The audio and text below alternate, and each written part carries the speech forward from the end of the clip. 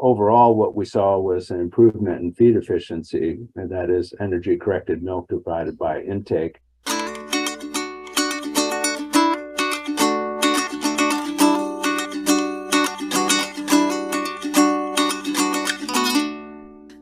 Welcome back, everyone, to the Dairy Science Digest. This is a podcast designed to bring the Journal of Dairy Science straight to the ears of dairy producers. I'm Reagan Bluel from the University of Missouri Dairy Team, and today we're taking a dive into the rumen and specifically talking about the obscure details of feeding the fiber-degrading bacteria. So with us today, we've got Jeff Firkins from the Ohio State University, where they milk Jersey cows at the Waterman Dairy Teaching and Research Complex. That's only about 1 mile away from the famous football shoe where the Buckeyes play. They're so lucky to have a facility close to campus to provide undergraduates access to quality feeding research trials such as the one we're talking about today. So Jeff, welcome to Dairy Science Digest. Could you please tell the audience a little bit about yourself? Okay, I'm Jeff Firkins. I'm a dairy nutritionist at Ohio State. I'm originally from Illinois, north central Illinois. And I've been here about 36 years. And I was recently on the NASEM nutrient requirements for dairy. And so anyway, I'm glad to be here for you. You're in the know about all things within the rumen, and you worked with a team of undergrad and grad students and equipped with 60 Jersey cows and a tie stall to ensure you got daily feed intakes and milk production data to create the results that we're talking about today that are published in the featured article titled Assessing Milk Response to Different Combinations of Branched Chain Volatile Fatty Acids and Valerate in Jersey cows. And so branched chain fatty acids, volatile fatty acids, are sometimes known as isoacids.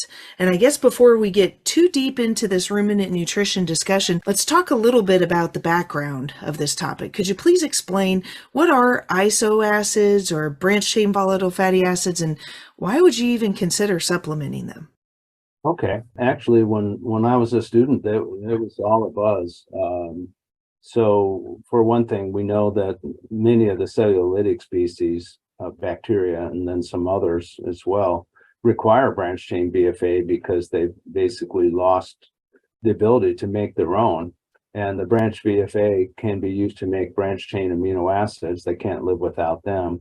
But I think probably more importantly, in the membranes of their cells, the branched chain BFA get elongated, mostly to about 15 carbons. And those are placed in the membranes, and they help them to be sort of fluid or kind of a little bit squishy so that things can go in and out of the membrane. The cell needs to grow, and obviously it's pinching itself off and so on when it does that. So a fluid membrane is quite important. When I was leaving Illinois, actually I applied for a job at Kodak, where they had been marketing a product called Iso Plus. And I always say I'm glad I didn't get that job because they had lots of studies that showed that it worked. It basically just wasn't enough to pay the bills, and actually Kodak shut down their whole facility and everything. But there were a number of studies done with that, mostly showing improvement in feed efficiency is the most consistent thing. And so I understand, actually, when I was there, I did a postdoc with a fellow there named Jimmy Clark, who was quite a remarkable guy. And I remember actually smelling Iso Plus, and it was like, whoa. And even when we work in the lab and branched chain VFA, you have to use them under the hood. They're quite pungent. Yeah. But Zinpro has found a way to mask most of the smell. So we're able to kind of move back into the space. Let's see how this works, especially when we're trying to lower protein in the diet to decrease nitrogen excretion in the manure. Definitely a targeted objective going forward in dairy sciences. We're trying to be mindful of that. And nitrogen, frankly, is a pretty sizable expense to the ration too. And so let's talk a little bit about the treatments. You alluded to Zinpro being the source, and they definitely have fixed the palatability problem. I saw no intake issues, but tell us what the different treatments were for these 60 jerseys. So the original Iso Plus product had all three of the branched chain VFA, volatile fatty acids, and then they had valerate, which is a straight chain. It gets grouped in with them, but it's not an isoacid because it's a straight chain. So we had one treatment that basically tried to mimic that one. Our in vitro research that's also been published has shown that 2-methylbutyrate is the one that's the most needed. Second, isobutyrate, and then typically we found isovalerate, the third one, either wasn't as necessary or perhaps could be replaced by isobutyrate. So we kind of stepped down from the ISO plus one to the two that we thought would be most needed down to the one that we thought was most. And then we compared that to a control without any of the branched chain DNA. Yeah, so just trying to discern which combination of these branched chain fatty acids might be optimal for milk production and efficiency. So let's just start right there. Let's talk a little bit about the production parameters. Did you see any effect on production? You know, we did see some changes in milk fat and milk protein percentage. It kind of follows what the NASA Plus work showed, that when we looked at, and this was with multiparous cows, when older cows, and when you provide them, they seem to be able to manage an improvement. And we think an improvement in fiber digestibility provides more acetate to make more milk fat. And they seem to be routing it that way toward the milk. Primiparous cows, they seem to at times route it toward growth. Yeah, let's pause. Let's kind of zoom in on that a little bit. There was a parity effect, right? And so your first lactation animals versus your multiparous. So you're saying that those aged cows turned it more into milk and your young ones were growing. Is that correct? Yeah, so that's kind of what we saw in this one. So overall, what we saw was an improvement in feed efficiency, and that is energy corrected milk divided by intake. That wasn't because they, on average, overall parity, that we found that really wasn't a result of average daily gain. Mm-hmm. So anyway, it does seem to help to improve feed efficiency. Like I said, several of the studies that have been published previously have shown that, and some of the field research is kind of backing that up as well. You know, there's lots of effort that Zinpro is doing to really tell people, here's how best to use our product. Mm-hmm. And how not to use it. I mean, so for example, we think that if you really starve the rumen of nitrogen, you're not going to get value of these branched VFA. Mm-hmm. So, you know, the main thing is, it's like everything, it's not a silver bullet, it's the branched VFA. They're just really, you know, here's a way to use them to complement what the rumen would otherwise be providing in a lower protein diet, but we can't lower it too much or we're not going to see the effect. Right. And this was 16%, right? Yeah, in fact, we just did a study. If we fed a diet less than 15%, we think we limit rumen ammonia, and we just didn't see some of the response. So branched VFA get turned into branch amino acids by using ammonia. Right. And it's got to be present to be building blocks. Got it. But all these things are all sort of concentration dependent. They have to be absorbed. The bugs are competing with each other and gone. So we think that you need to have kind of the right amount, enough protein in the diet to see a response. But if you feed a really high protein diet, like, you know, some people still do, probably that's on its way out, then you're not going to see a response. I mean, branched VFA are made naturally. Right. So, but it's a really fun research project, because we've seen shifts in microbes, and then sometimes we see that all the microbes get stimulated. It's like we're helping to all work together. Wow, the synergy. Branched VFA. So wow, very cool. It's been really a fun project. Yeah, you bet. Absolutely. And so did you do a bunch of the in vitro work prior to the in vivo?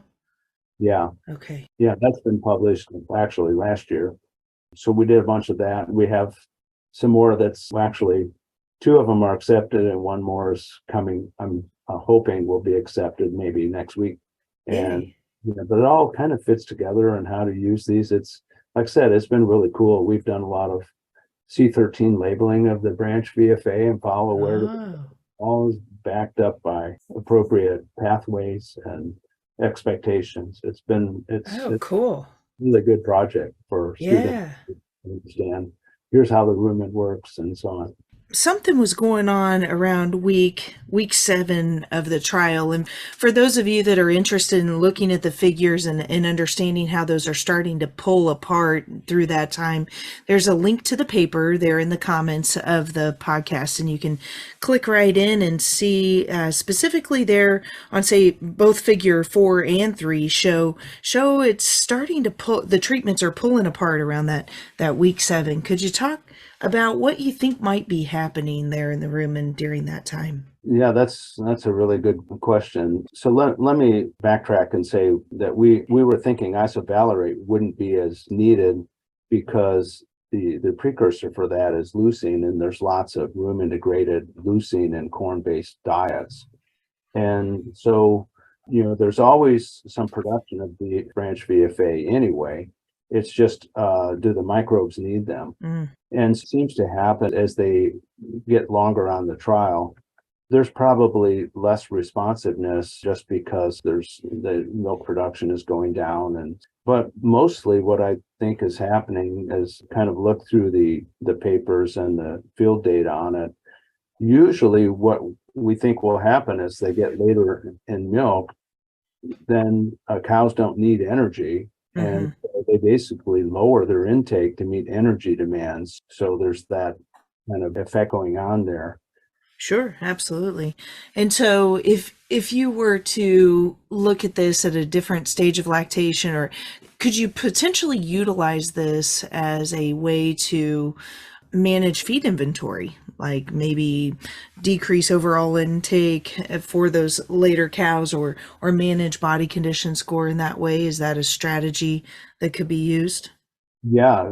So what I think is happening in early lactation when cows, can't quite get enough groceries in them, then if you can improve fiber digestibility, they get a little more energy out of it, but there's also less restriction based on Volume. fill. So they can get a little bit more intake. And so they'll then increase energy intake and put that more toward milk. In later lactation is like kind of what I described previously. I feel like then cows sense that they don't need the energy and they would lower intake. In that case, it's still an improvement because, like you said, they're not necessarily needing as much to eat, and it would and be beneficial that way. In both directions, yeah. And just for clarity, this group of animals, they were around 100 days of milk. And do you think that there was any breed effect? I know it specifically in the title says that they were all brown cows, Jersey cows. Would you see the same thing in say, Holsteins, you think? Yeah, we think the same thing is probably happening in Holsteins. So, for example, other studies have been done, and I think maybe not all, but most of the earlier IsoPlus studies were done with Holsteins. And so we're finding kind of the same findings as they did. So yeah, I'm quite sure it would be that way. A rumen is a rumen is a rumen, right? Yeah, right. Exactly. It's, so there could be, like in our case, we showed as we fed more 2-methylbutyrate, we got more of the elongation product in the milk from that. So there could be maybe little differences in milk fatty acids resulting from Jerseys versus Holsteins. There have been some documented effects that way. I haven't really sorted that out myself, but if you're just looking at energy corrected milk relative to dry matter intake, I would expect all breeds to follow the same kind of pattern. Sure. When you're talking about the elongation of the fatty acids in the milk, is that specific to table 3 there, where you started to see an effect of the anti-iso fatty acids? Yes, yes. Help me out there, Doc. Could you talk a little more about how would that impact the quality of the milk or the desirability of the milk in the marketplace? Well, I'm glad you asked that, actually. So I actually looked into that, and anytime you're changing something, obviously the consumer, it's important that they have confidence in what you're doing. And the studies that have been done in the human nutrition space, most of them are actually showing more of these isoacids in the milk is actually healthful. It could be a good thing. I'm seeing a few manuscripts now that are coming through that are suggesting that we should be doing this from the milk composition standpoint for people. I don't think there's enough evidence at this time for me to make a recommendation, but I can say very confidently, if anything, it will be good. And the worst that would be is that it would be a neutral effect, but I rather feel like it probably has some benefits. Sure. And so those are fatty acids that are greater than 16 carbon chain. Is that correct? Most of them, so they come from the microbes themselves mostly, and they want to make them around 15 carbons, really between 14 and 17, well, maybe 13 and 17, but mostly 14 and 16 now the major ones. So they just gave an average of 15. And maybe there's a little bit of elongation, 2 more carbons by the cow, but that's probably not very much. Most of it is from the microbes themselves, and they get digested, their proteins turned into amino acids, and their lipids are turned into fatty acids that are absorbed. And like I said, it seems like those go to various tissues. They have kind of healthful benefits. So anyway, we'll see. Yeah. I just wish we could pause and appreciate the cow a little bit more, just as the cow is a model, and the fact that we're talking about changing the microorganisms that are living symbiotically within her rumen, and how those microorganisms, as they perish, get absorbed by the cow. That's just so cool. And I know it's ruminant nutrition 101 and the fundamentals of what's happening inside those beasts that we're dealing with every day. But I just think it's so fascinating, and how if we keep those bugs happy, then it's going to impact and keep her healthier. So talking more about that, these are potentially helping change or manipulate the fluid membrane of those microorganisms. Can you speak a little bit about what you might have found as those bacteria are being absorbed and changing the nitrogen that the cows get receiving through the amino acid sequences? What you see in MUNs, or what's going on with nitrogen efficiencies? Okay, so what us and others are looking at, of course, we're all trying to improve nitrogen efficiency. That is the amount of nitrogen that's recovered in milk products relative to what we've fed, and therefore not lost in the manure. So we're all trying to do that. Some of our other work has shown that when we dose these branched chain BFA, they actually improve the amount of microbial protein. So you actually get a little more microbial protein flowing from the rumen. And the protein itself is a little more enriched in the branched chain amino acids. And so that's all a good thing. Of course, milk is super with respect to the amino acid profile that it provides to people. And there's a lot of people that consume whey when they're exercising and so on. That's because of the branched chain profile of milk. So anything we can do to improve efficiency not only is profitable, better for the environment, but it's better for the product. Really, there's more of what people are really wanting. And then from the fatty acid standpoint, I actually kind of have reviewed this sometimes. The milk fat, the kinds of fatty acids that are in there, including perhaps these branched chain ones, are actually very helpful for people. And so there's lots of studies where milk or dairy products have been evaluated with respect to different kinds of metabolic diseases in people and so on. And I'm really proud to be working in an industry that really is providing a valuable product that's good for people over and over. You bet. When I see people not drinking milk because it's so good for you, I It just is.